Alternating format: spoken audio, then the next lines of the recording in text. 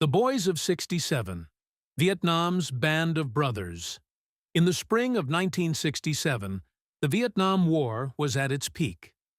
In the Mekong River Delta, a group of young American soldiers faced the horrors of war for the first time. They were surrounded, out in the open, and had no artillery or air support. There were no helicopters to rescue the wounded. Their chances of surviving were very low. But they had each other. In that moment, survival meant fighting for the man next to you.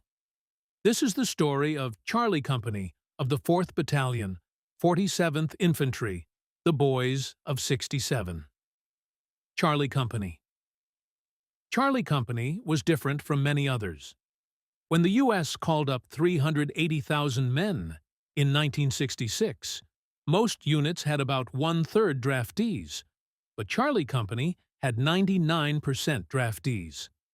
Most of them were under 22 years old, from all across the country. They came from different backgrounds: white, black, Hispanic, Native, and Asian Americans. Some were from middle-class families, others from working-class or farming communities. Some had high school diplomas, others didn't. They didn't all agree about the war. Some were scared, some saw it as an adventure. But once training started at Fort Riley, they became one team. Training was tough. Days began at 4:30 a.m. with long runs, obstacle courses, and practice for jungle and river fighting. Most important of all, they learned to rely on each other. That bond would later save lives. Their unit was special in one more way. Unlike other units, the 9th Infantry Division trained and went to Vietnam together. That meant Charlie Company entered battle with men they already trusted. Into the Mekong Delta, they were sent to one of the toughest areas in Vietnam, the Mekong Delta. The Viet Cong used the delta to move supplies and avoid detection. The U.S. hoped controlling the delta would weaken the Viet Cong and shift the war to a more traditional battlefield. Charlie Company arrived in Vietnam on January 29, 1967. They saw tracer bullets lighting up the sky, their first glimpse of war. Their base was in the Rung Sat Special Zone, a swampy area filled with thick trees and mud. They had to travel by boats and helicopters because it was impossible to walk through most of it. Their patrols usually lasted 3 days.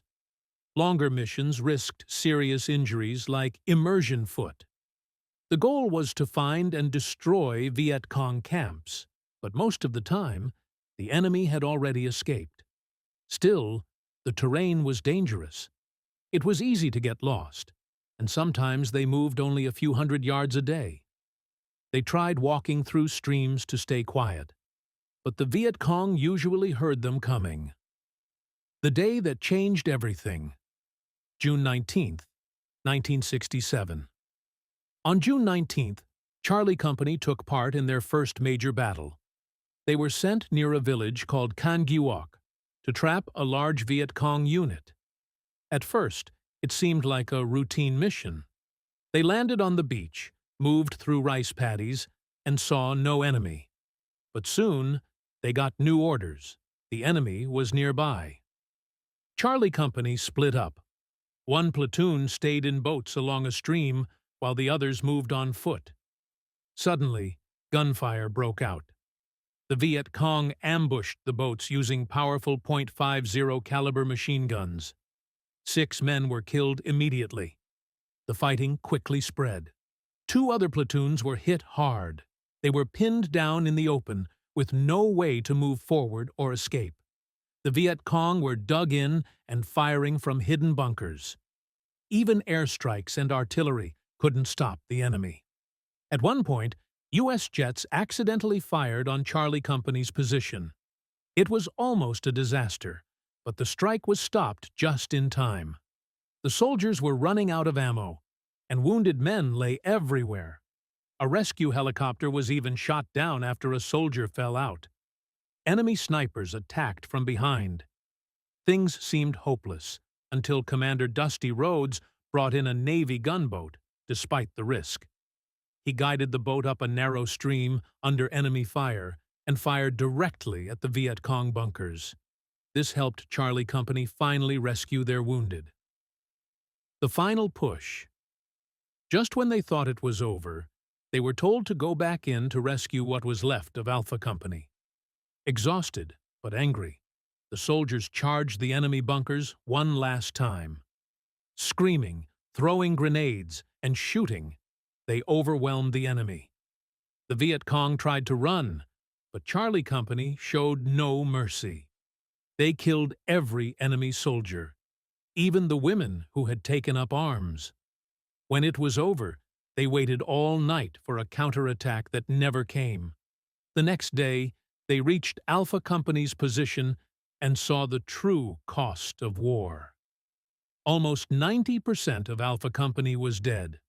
Charlie Company helped recover the bodies. Each fallen soldier had a story. Some died instantly. Others died trying to crawl to safety. But the moment that hit them hardest came when they returned to base. The first thing they saw was a massive pile of gear, taken off the bodies of dead soldiers.